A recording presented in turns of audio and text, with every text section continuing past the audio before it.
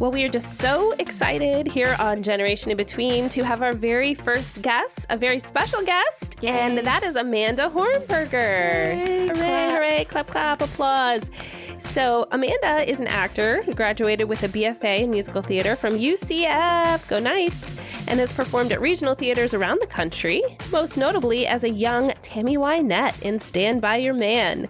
She writes and performs 1950s rockabilly-style music and sang backup for an ultimate Elvis tribute artist. Yes. We are so excited to have her here because today we are here, which what I would argue is one of her most notable roles to date. Iconic. Playing Princess Diana herself in the regional premiere of Diana that recently closed at the Henniger Center here in Melbourne, Florida. Like yesterday.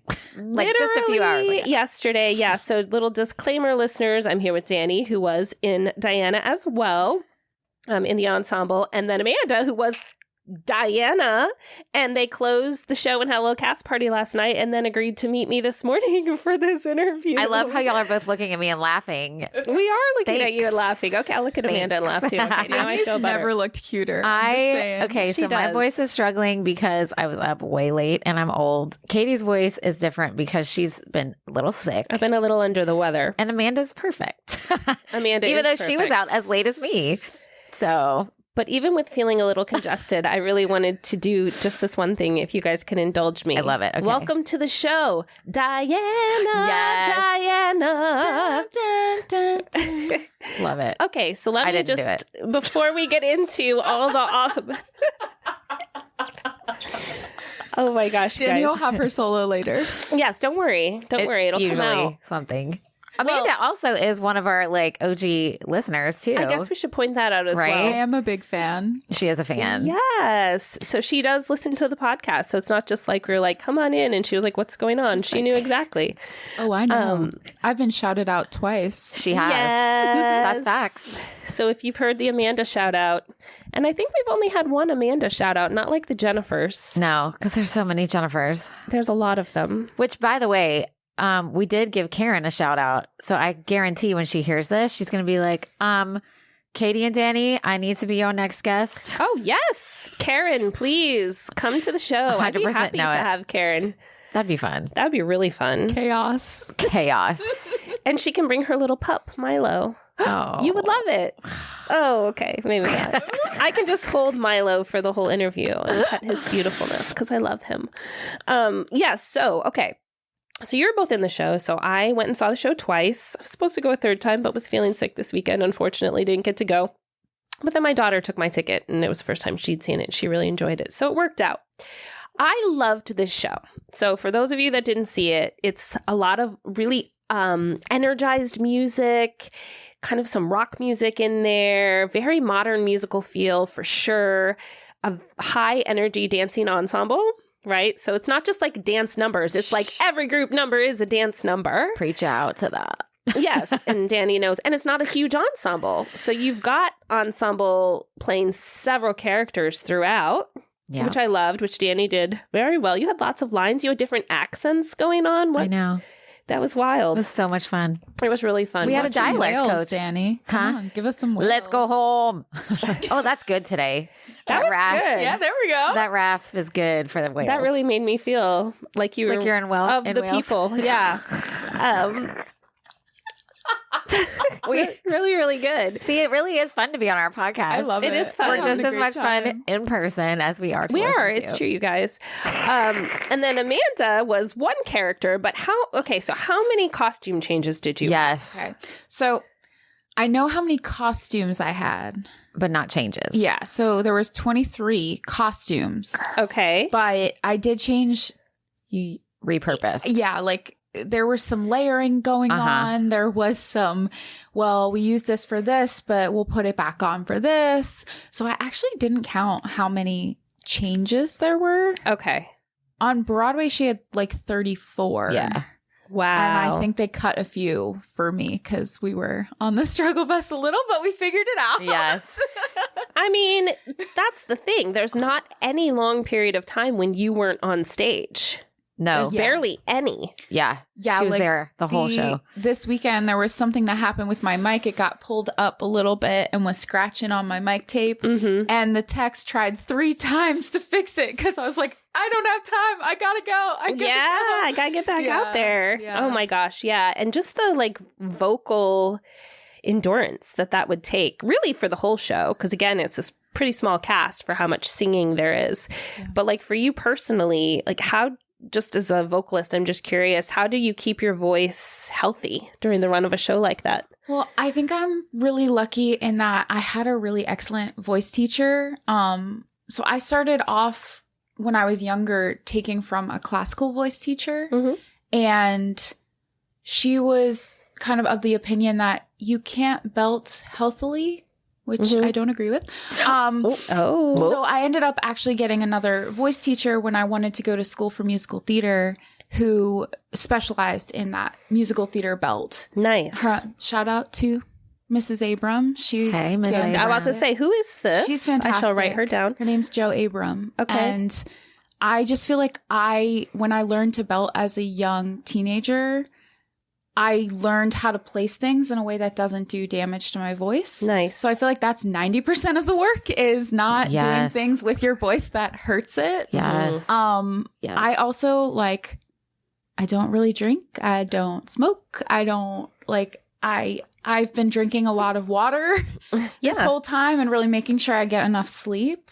Yeah. And I make my own little like immune shot things that I was Nice. taking every day, mostly because we had a little sickness go Oh, through my a few goodness. people, like Yeah. the guy I had to kiss. So Yes. I was like, Oh. but no, I think it's just when I'm in a show, my priority is taking care of my body and getting enough rest, and you almost have to baby yourself a little For bit, sure. and not be spending the time you're not doing the show like talking a lot, Mhm. not singing all the time when you are not using Yeah. your voice. Yeah. And That's a big one. Yeah, it is. I know one thing when I'm like vocal directing and I'm trying to warm up a cast or even some practice, I will say it's hard. I feel like it's hard when you're in a room of musical theater performers who belt to not outbelt each other. Yes. There's always that temptation.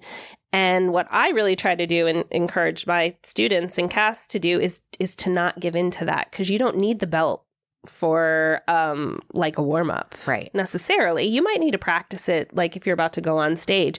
You need it for the performance or the audition, right? And I also, at least when I went to school for theater, one of the things we talked about is you're using those, it's a tool in your toolbox. Mm-hmm. So if you're going to go for the money note, or there's certain moments to use your voice at full power, but if you start off a song that way, or you're giving people that all the time, then it's no longer impressive. Mm, So you're picking moments to like go full voice. right. But to me, real vocal technique is picking those moments artistically, and also as an actor, choosing when to use those parts Mhm. of your voice, that it's serving the piece, not serving your own ego of seeing how Yes. loudly you can sing all the time, or All the time. being the center of attention all the time. You know, Yes. that you have to pick. Sometimes a quiet moment has even more power than a loud one. Mm, that's So a great point. Yep. I've just been lucky. You know, I'm glad that I started off learning more classical voice sounds, and in school we got the opportunity to sing a lot of different styles, and so I like tap, especially for this show. Diana's vocal part is all over the place. Yeah. Lots of different styles. Like there are parts where it is a little bit more in the classically side, and then in the very same song, I'm like rock belting. Right. Yeah. So this particular role required a lot of just vocal technique and choices. And I feel like that's something I've had the opportunity to do. So I love I'm that lucky so about much. Yes, and so well. So let's get into the show then. I love all those vocal tips, by the way. Wouldn't be I know. replaying this. sending Katie's to my eyes were students. lighting up. It I was like, great. What? Yeah. Yes. Healthy singing I know. forever. That sounds great. I know. So tell us about, before you took on this role, tell us sort of your background on Diana. What did you know about her? Did you have a connection to her? Were you even alive in the same years that Diana was on this earth? Because I know you're younger than us, yes, Xennials. Technically. I was born in 95, so Okay. I Ouch. was not old enough to remember being alive when Diana was alive. But I do remember, like, as a kid, my mom talking about her a little bit, just because you would still see, like, magazines with her face on it, or like things on the news about things that were happening after her death. So I vaguely remember as a kid, like, my mom explaining who she was and, like, why she was important. And so I always had a positive idea of who she was as a person, but I was never that into, like, the royals or much about that.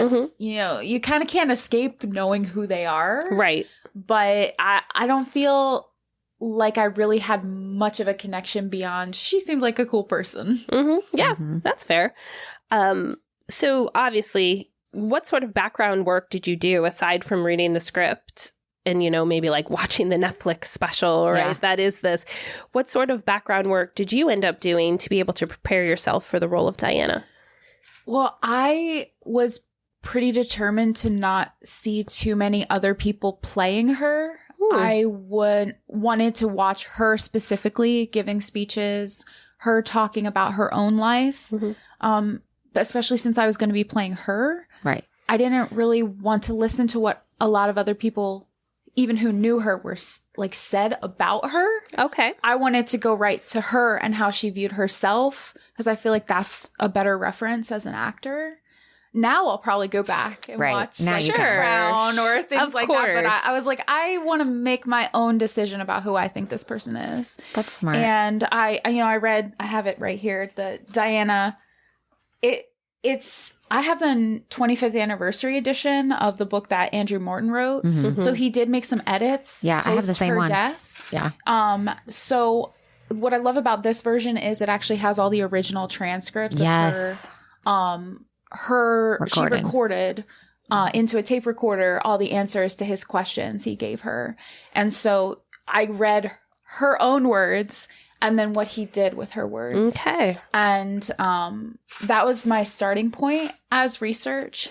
But a lot of, especially trying to get her voice down, I was watching like speeches she made, the famous Panorama interview, things like that, because her cadence and how she talks. What's really interesting about her is when she's speaking publicly, she comes off as a lot more shy than when she's speaking to somebody she knows and is comfortable with, which most people are the opposite. They're much more outgoing when they're speaking publicly, and then when they're in private with other people, they're much more reserved. So she's very interesting in that. For her, it was the complete opposite. She came off very, her voice was a lot more breathy when she's talking, in public.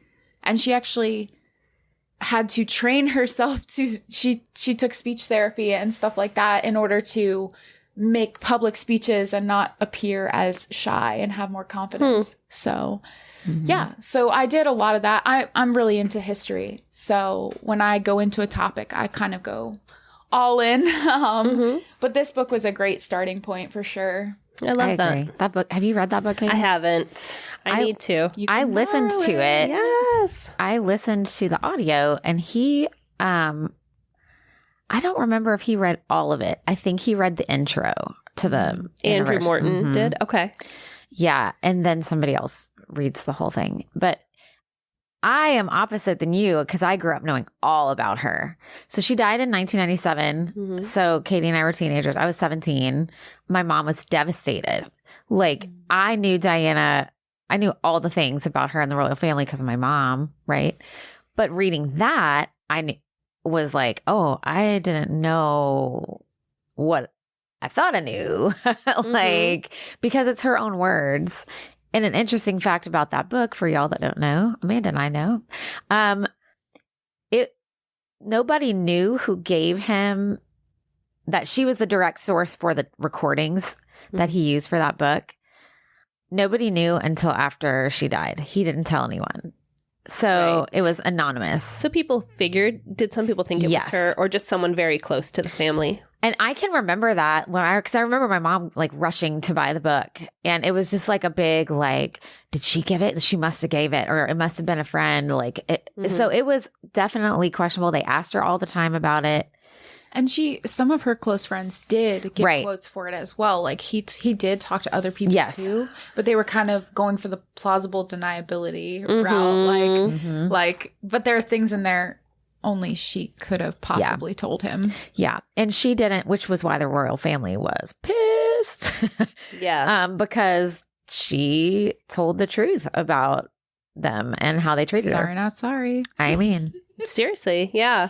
Wow. Okay. Well, I'm going to read it. I'm glad I kind of have background, just what I know, but I bet if I read it, there'll be a lot more that I didn't realize. And I will say a lot of, I don't know if you noticed this during the show, a lot of her direct quotes and stuff that she said in real life, some of which are in the book, are in the show or in the musical. Yeah.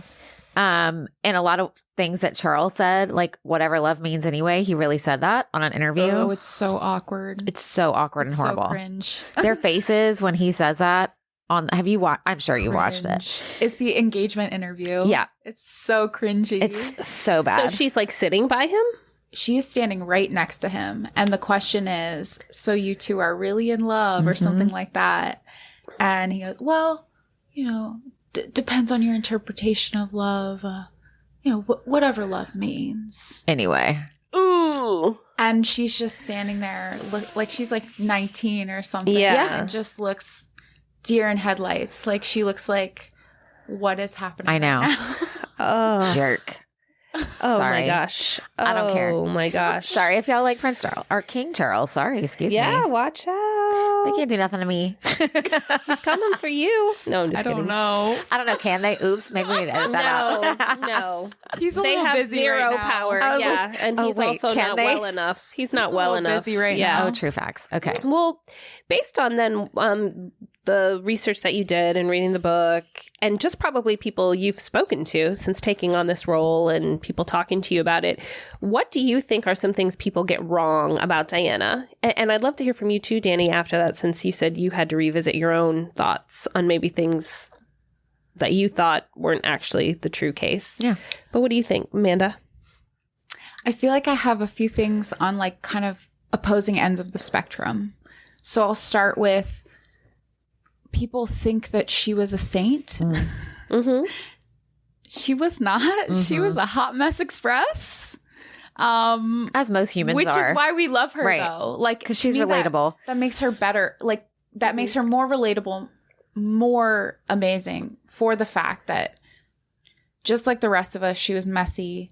Just like the rest of us, when she was in love, she did things she regretted later. Yeah. Like, I mean, but she literally pushed her stepmother down a flight of stairs. Yeah. Like she did some stuff that was not great, y'all. Yeah. I mean, they made up later. But like she was a person just like everybody else. And I think sometimes people elevate her to a level that isn't fair. And people do that a lot with people who are that level of famous. And that's part of the problem. That is part of what kills these people, is you think that they are not a person and therefore you don't have to treat them like they're a person. Yeah. I think that deifying someone is just as harmful as like abusing them. Yeah. In some ways. So I think that's what people get wrong, is they want to elevate her above the level of humanness that she's due. And then on the opposite end of the spectrum, I think there are also people who will fling mud or make up stories that aren't true when you really look into them. One of the biggest that I found actually was like her relationship with James Hewitt. Beautiful relationship. And people treated him terribly, still do. They were together for 5 years. in a very beautiful relationship. Wow. I mean, he was even going to meet up with her, had talked to her on the phone like shortly before she passed. Wow. Like they had a beautiful connection, friendship, romance. And I feel like that whole chapter of her life has been really reduced to drama and scandal. And when you really hear what happened between them, you root for them. At least I did. Like, yeah. And so I think it's kind of nice to know that she had that type of love at one point. And it was actually the whole media circus of their relationship surfacing that separated them, not anything that happened between them.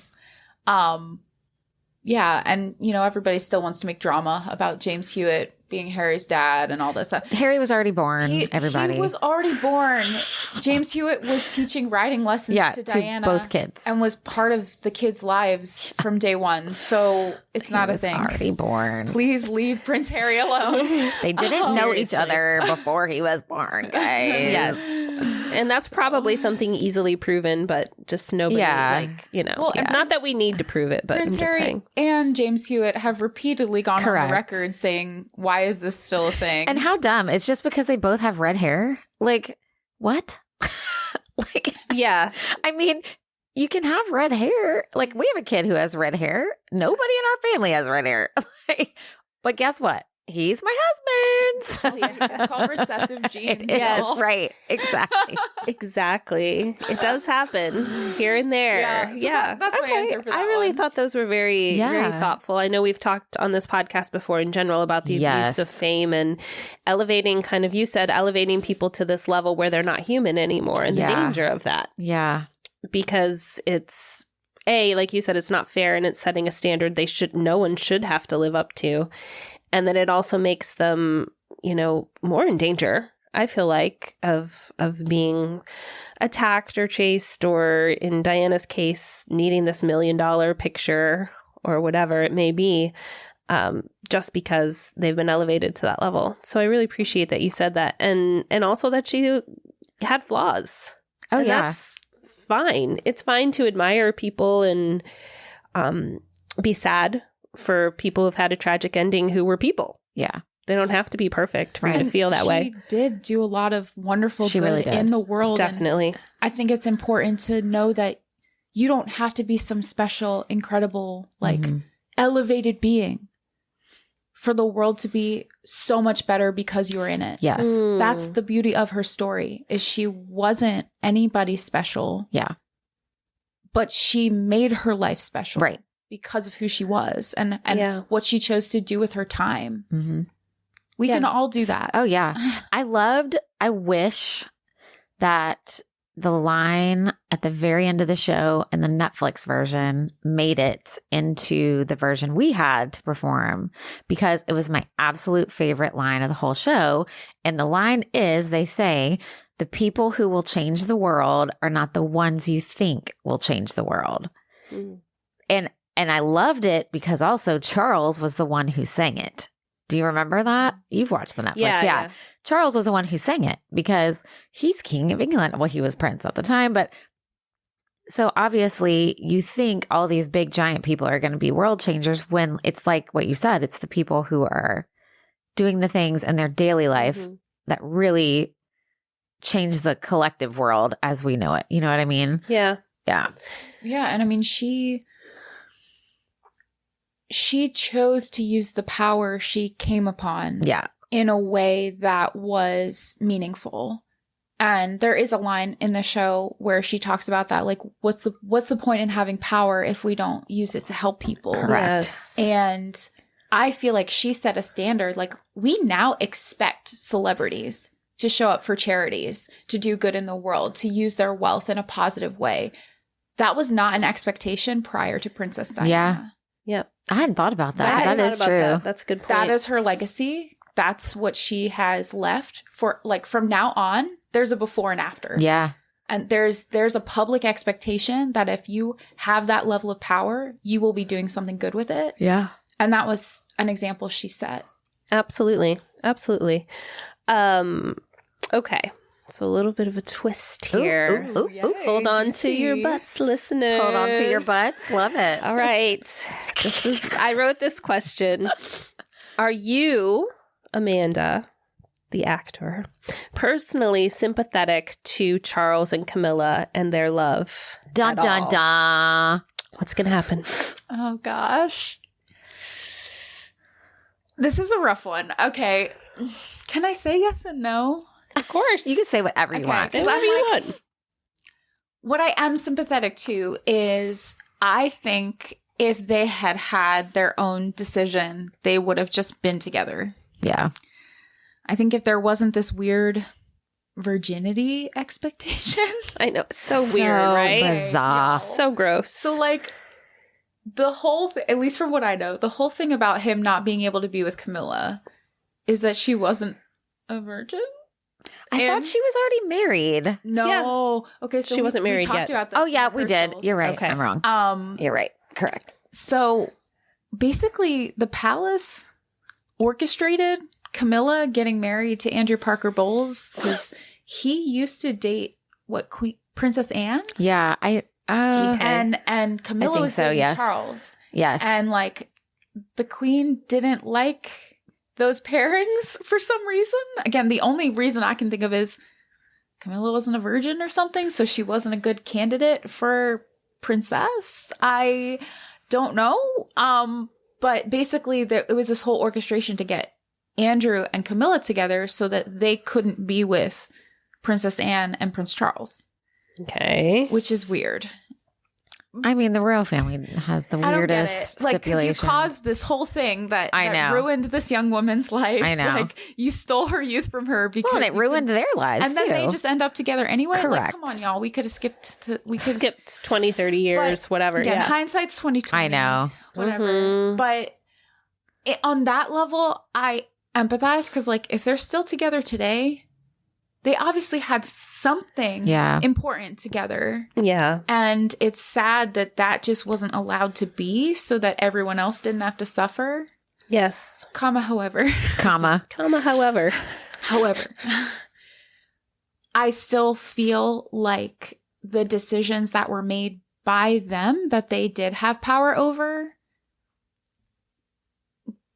they didn't have to treat her terribly. Right. They didn't have to gaslight her. Right. Mm-hmm. They could have been upfront about what scenario she was agreeing to, and she might have agreed to it. Yeah, she might have. Like, she was so young. But she also saw, I think, when you hear Diana speak about why she chose this, she felt a higher calling. She felt like she was meant to be in a position of power so she could do good in the world.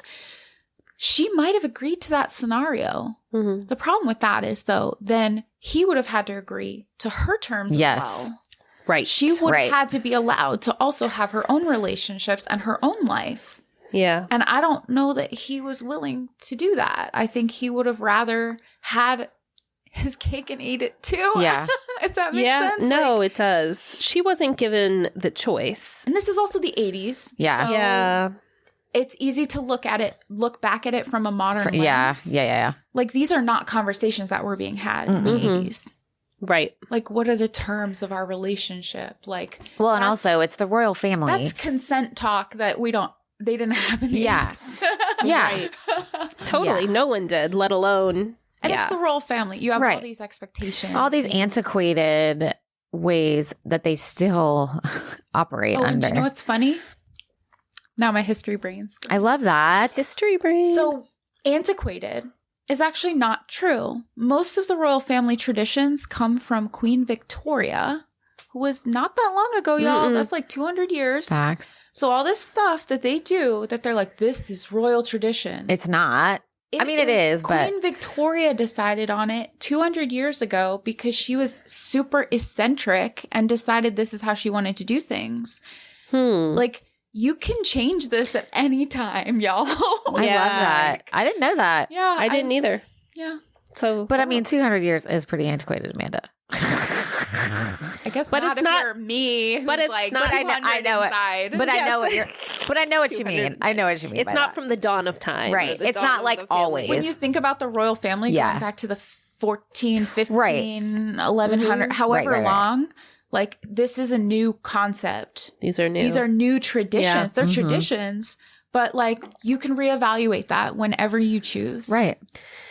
Yeah. And I think too, it almost felt like everything I know about it and from watching the show, that the royal family almost felt like they were doing Diana a favor and that she shouldn't complain because now she's like princess and going to be queen.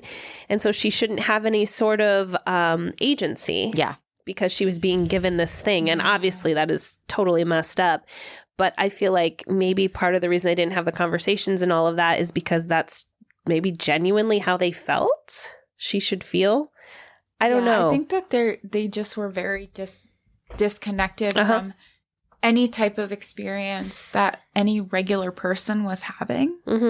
And so their expectations of what she would and wouldn't know, or the assumptions that were made about how she was supposed to feel about things. I just think when you're at that level of privilege and you have no contact or context for anything outside of that, it's almost like your growth is stunted. Like your social skills are not there. And I just feel like that's what happened there. Is she came in with her own expectations. They had a whole different set and they weren't communicating about it. And if she tried to communicate about it, she was gaslit. Right. Correct. Oh, I think too, like, speaking of the gaslighting, I didn't realize how I knew she had, mental health struggles. I did not realize that they knew about them for so long. Oh. The depth of it. So that's, That is, because you had asked me, like, what I had thought about the book. That was my biggest takeaway, was I had no idea, probably because when I knew all about her, I was a teenager. So maybe I just didn't pay attention. You know what I'm saying? Like, which is not a diss on teenagers. It's like a... Right. Yeah, you just had other things. Right. There might need to be a little, like, disclaimer, trigger warning here. But Yes. Like, they thought that her bulimia was the cause of the problems in the marriage. Right. She explains in her Panorama interview, she's like, they didn't realize that was the symptom of the issues that I was having. Right. And it was, oh, poor Charles, that he has to deal with her being sick all the time. I mean, like, this poor woman was pregnant, having morning sickness, and making herself throw up like 5 times a day on top of the morning sickness. And I mean, like, terrible. That's awful. And it, like, you have to have professional help to and they wouldn't. Well, she got it eventually. Eventually, they did give it to her. She had multiple, for those of y'all that don't know about Diana, she had multiple suicide attempts, one of which was when she was pregnant. I don't remember if it was with William or Harry. She threw herself down the stairs while she was pregnant with Prince William. Yeah. Because they wouldn't help her. And I think it was after that they were like, okay.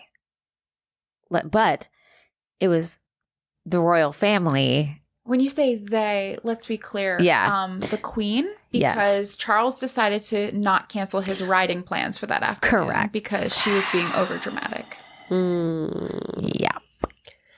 But the Queen then sought help. Well, they got their royal family doctor person. And she did start, her therapist started giving her books about eating disorders. Yes. Okay. And she talks about how, oh my gosh, for the first time I realized other people are going through this too. Right. Oh, wow. But she would have to hide all the books she was reading from staff, from anybody seeing it in the place where she lived. Right. She had to hide what she was reading because they couldn't risk it leaking that she was struggling with this. Right. Even though so many people do. Oh my goodness. Just trapped in her own life. Yeah. Totally trapped. Oh, and of all the families in the world that could access the best care, 100%. It's just really frustrating that wasn't provided to her. And again, like you said, it's the 80s. And I mean, we're in 2024 and there is still stigma surrounding mental health care. Absolutely. Which I cannot stand. Like, still. So back in the 80s. Yeah. No, and postpartum depression, nobody talked about that.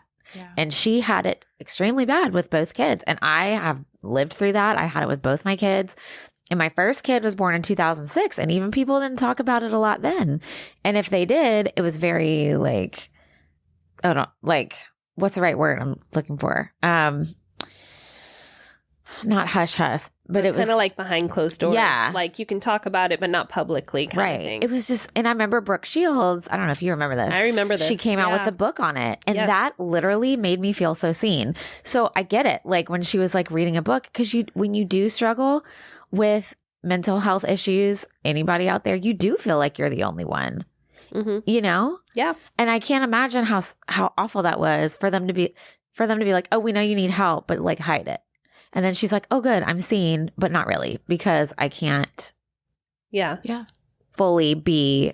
And then you add the layer of, you have to remember at the time when she was struggling with all of that first tour they did, Yes. tour, when she went to Wales, Yeah. that scene we do, she was newly pregnant, having morning sickness, struggling with bulimia, Yeah.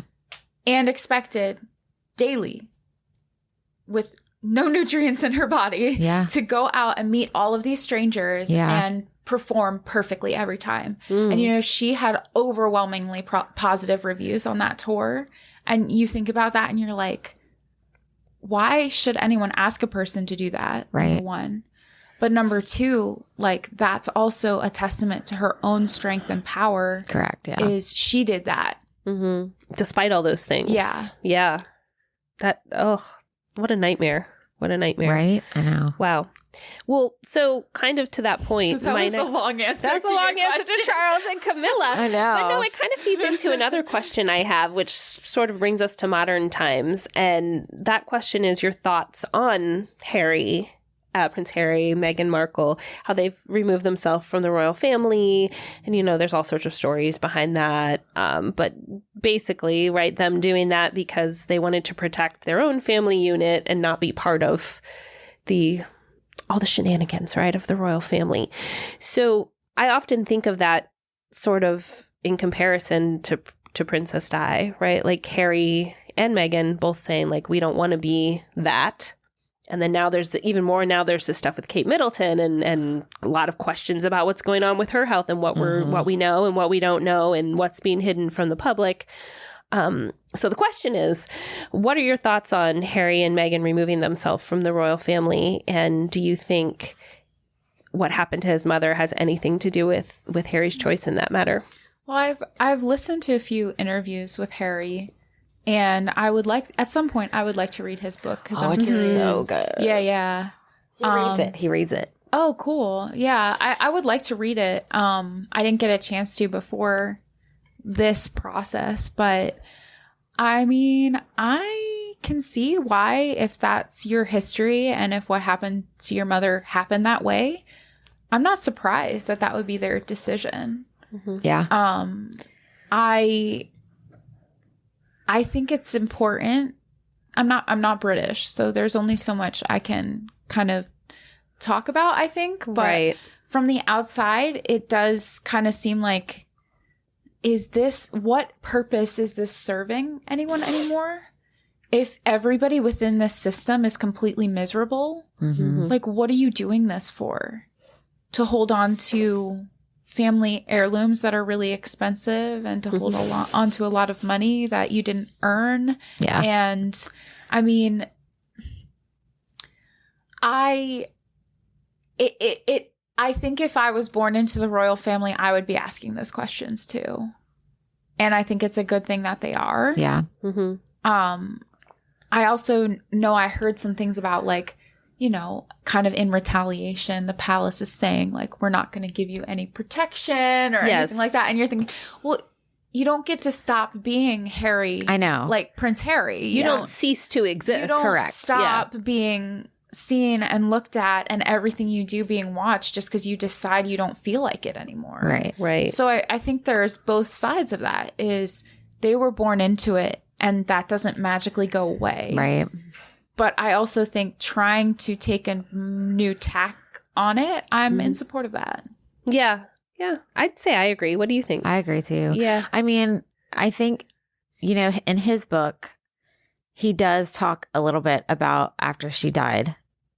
And I mean, I will say that both her kids seem to have really appreciated her and what she did. And he even says, like, I try to think of my mom when I'm doing charity work, because that is one of the biggest things that him and William said they remember her for. She would take them. Yeah, because she would bring them with. Because she was so scared that they would be so detached from the regular person. And I think that it worked, because he talks about that. Like, it was so important to her. And now that's really important to him because, I had another thought, but it left me. So I was like, where am I going? Well, Harry was in the military too, right? Yeah. And Diana also insisted that they go to like public school because Charles wanted to have them privately tutored and basically never leave the palace and like never have contact, because he's like, well, that's how I was raised. And you're like, oh, bud. Well, see how that turned out. Sir. Sorry. I'm not. But it is like she really advocated for them getting experiences in the world and trying to give them as normal a life. Especially Prince William, because she was like, if you're going to be king someday, you need to know what you're ruling. You need to know who the people are that your decisions affect. And I think that's really amazing. Yeah, I agree with you. That is really amazing. So you've touched on this already today, but I'm just curious what this role has meant to you personally, playing Diana, whether it's a connection to her or just in general. I know you had mentioned to us before, you hadn't, after COVID, performing hadn't been as much or as often or at all. So kind of hitting the stage again in such a public way, in such a big role. Like, what has this process meant to you as a performer? I'll try to get through this without crying. There are a lot of things about Diana that I relate to, which surprised me because obviously her life is so different from mine. But I lost my home in COVID, lost all my work. Like, I was starting to build up a life where I could sustain myself as a performer, and like in a day it was gone. And so for the longest time, it's like, even trying to sing, I would cry and I wouldn't be able to get through it. And to be offered something like this, someone who's so important to so many people, someone who I admire the way that she lived her life. And also, I've been that person who, I was on my own for a lot of that time during COVID, or separated from anybody I knew. Like, if I didn't have my dog, I probably wouldn't be here. Like, it was bad. It was really bad. And so I know what those feelings of desperation can feel like, when you feel like there's nothing I can do to get out of this situation. I'm doing my best and it's still not enough. Right. And that perfectionism thing that I feel like as a young woman, and especially a young woman who is like conventionally beautiful, there's a certain kind of struggle to that, not to be pretty privileging over here, but there are certain struggles that come with that too. Yeah. Sure. And feeling like, well, if all people see at first of me is that I'm pretty, well, then I need to be extraordinary in other ways so that they see those parts of me too. But then nobody wants you to be excellent. Right. So and pretty. How dare you? So you're too much, or you're either too much or you're not enough. Right. And those are the things about her that I feel like I can relate to. I also feel like I've always been a romantic, and I feel like she definitely is too. Like, she and she's also was very into like astrology, and she was psychic, which I am too. Yeah. So there's just even things like that I relate to about her, that I was reading her book and going, like she actually foresaw her father's like heart attack.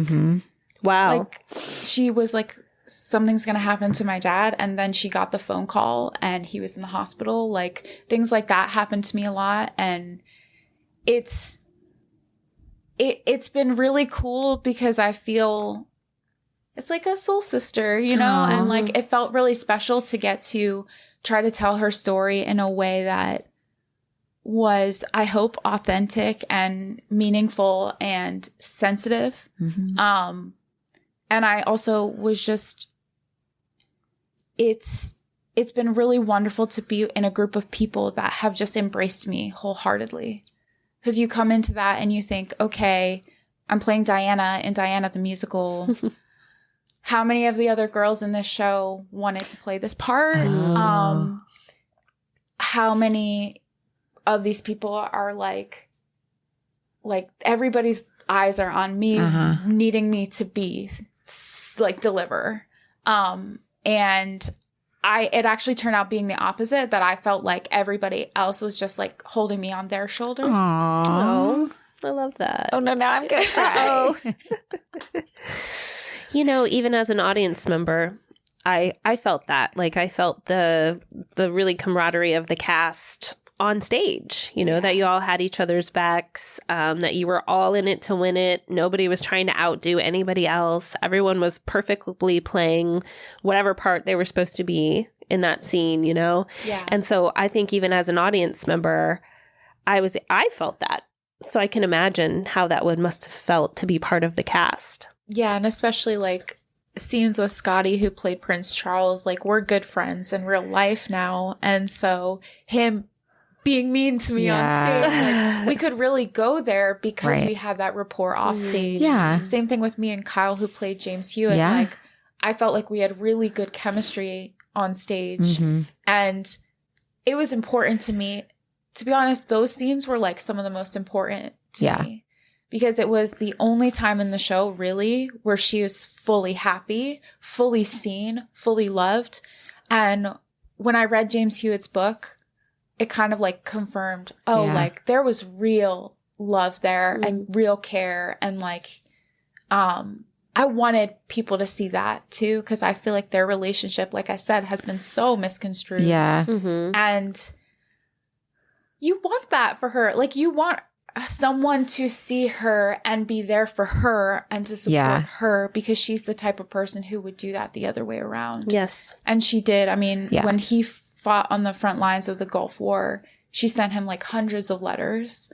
She sent his squadron like whiskey and candies and all this stuff. And like he talks about how like I couldn't tell them who it came from. I couldn't tell them who it came from, but I knew that she was the one boosting all of our morale. And it's kind of, it's sweet. Very sweet. Yeah. Yeah. I mean, now granted, they might have figured it out. She was married when they were together. So there is that. But I feel like it was sensationalized. Like, I mean, Charles had an affair the whole time they were married in name only at the point I agree. Which she got involved with James Hewitt. I agree with you. And I mean, Charles also was doing his business, so whatever. If he gets to do, like, I mean, if you're going to give your wife absolutely zero affection and basically be like, well, you had 2 kids and now I don't ever want to touch you again. Yeah. Then what do you expect to happen?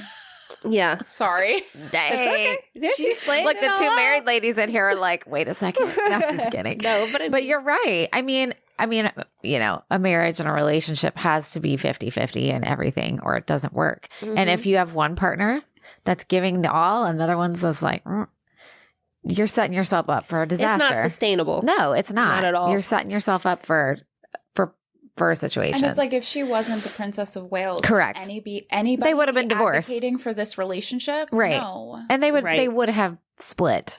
Like, let's be real. Exactly. They would not have been married as long as they were. It was the confines of the relationship that made it, you know, kind of the way they had to operate within it. Yeah. I'm by no means going cheating is fine. No. Like infidelity is great. I was just being. I was just being devil's advocate. Yeah, I get you. That's what I do sometimes. I just feel like he already broke the contract of their marriage before it even began. Oh yeah, I mean they were not happily married. Like they were not. Well, I don't think that's something I ever really knew, that him and Camilla were a pre-Diana thing. Oh really? I think just growing up, I just always thought it was like an affair that happened after they were married or after she had the boys. It wasn't at their wedding. It really wasn't until I saw this show, and of course, like I need to read the books too, that I was like, oh, this was like pre-dating the marriage. And that makes you look at it a little differently too. It does. Because it makes you more like kind of what you said.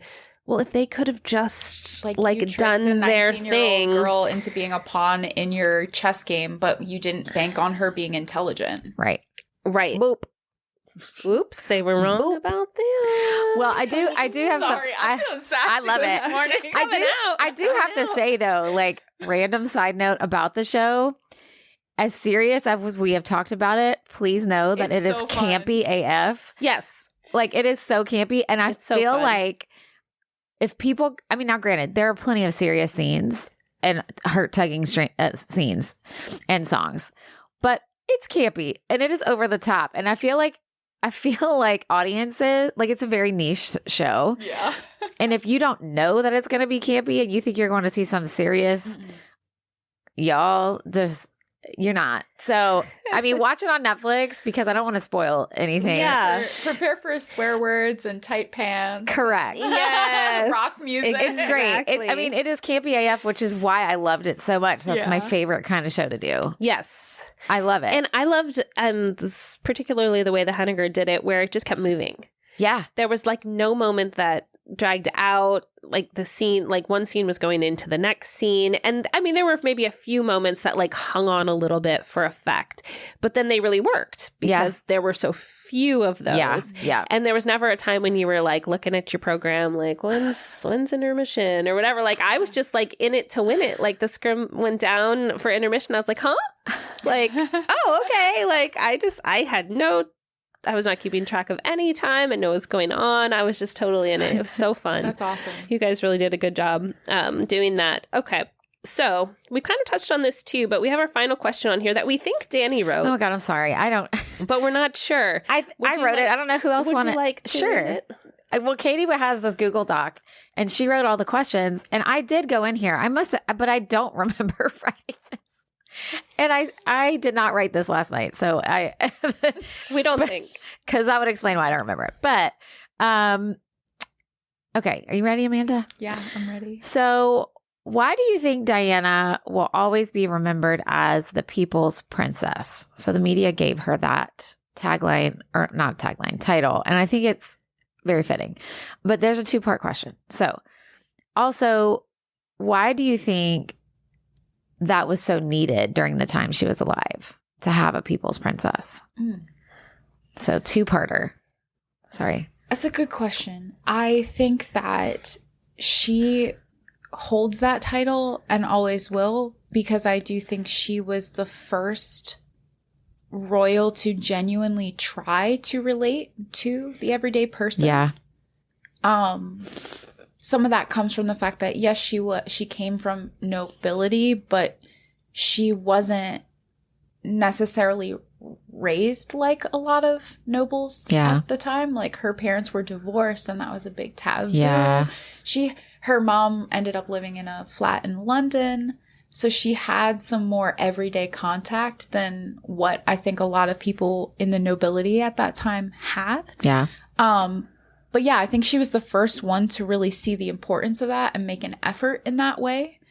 And I think her story is very much one of, it's like, what's that age-old question? Like, do the times make the person or does the person make the times? Like, I feel like, you know, if you believe some of what Diana believed, it's like there's almost this cosmic aligning of she was exactly the right person at the right time. Yeah. In a time period where people were asking for change. Yeah. And in a time period where people were, especially women, were wanting to be seen in a different way. And to have an example of someone with all the pressure to do the other thing, to fall in line, to conform, she was just the right personality to say, I don't feel like it. And I have a sense of humor and I'm fun and young and I want to live my life. And I'm smart, even though they think I'm not. Right. And you know what? I have something to offer beyond wearing pretty clothes. And I think it's that. She just happened to come along and be the right person at the right time in the right place. And in that way, I agree with her own kind of view of herself that she was destined for something that was bigger than her, that maybe she didn't even understand. Yeah. And unfortunately, I think sometimes when you have that kind of destiny, it doesn't necessarily mean you're promised a lot of happiness. Yeah. You're carrying a lot to do that. That's a great point. But I think what we see now, the outpouring of love, the way people think about her now, it shows you that it mattered. Whatever happened mattered. Right. You just wish that she could have gotten a little bit more. You wish she could have gotten a little bit more reward for the things that she did. Right.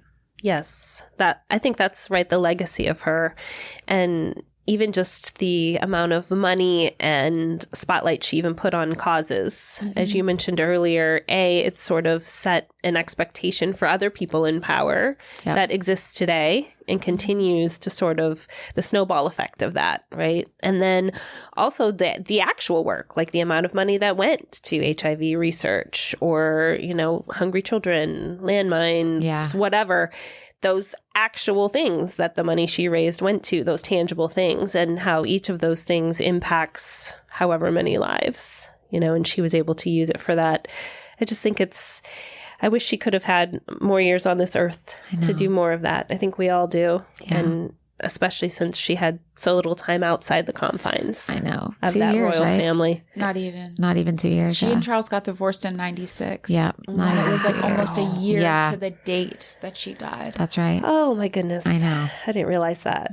Wow. Well, I am so grateful that after a 4-week run and you're getting ready to drive home, drive, that you stopped by our studio to talk to us about this really important show. And I'm personally very sad that you won't be close to us, but hopefully you'll be back soon, or we'll be able to come see you perform up there. I know. I'll have to come visit anyway. Yes, come visit. We're trying to convince her to come to Golden Apples. Oh yeah, you have to. See, that's what we told her. Well, you have to. You have to dress up because you'll probably perform. You'll probably perform. Yeah, you'll probably perform. So you must come. Yeah, you must. And we think that's probably July-ish. Usually, last year it was late because of the. I think it's June. June. Okay. Yeah. So it won't be too long then. Yay. If you come for that we'll get to see you. And thank you so much for coming. Thank you for being a listener. Yeah. Generation in Between. That's probably what I'll be catching up on my episodes as I drive back to Atlanta. I love that. That'd be perfect. There we go. Awesome. All right. Well, thank you so much, Amanda. And we'll have links to how you can follow Amanda in our show notes, her music and just her social profiles. It's too late for you to go see her as Diana. Sorry you missed it, y'all. But there's some pretty great pictures on all of her socials. You can also check those out on any of the Henniger Center's social media as well. And Danny's in some of those pictures too. As a blonde, though. Yeah. So, it's kind of like Where's Waldo? You spot Danny. Which one is she? And thanks again for listening to Generation in Between, and we will see you next time. Bye. Bye.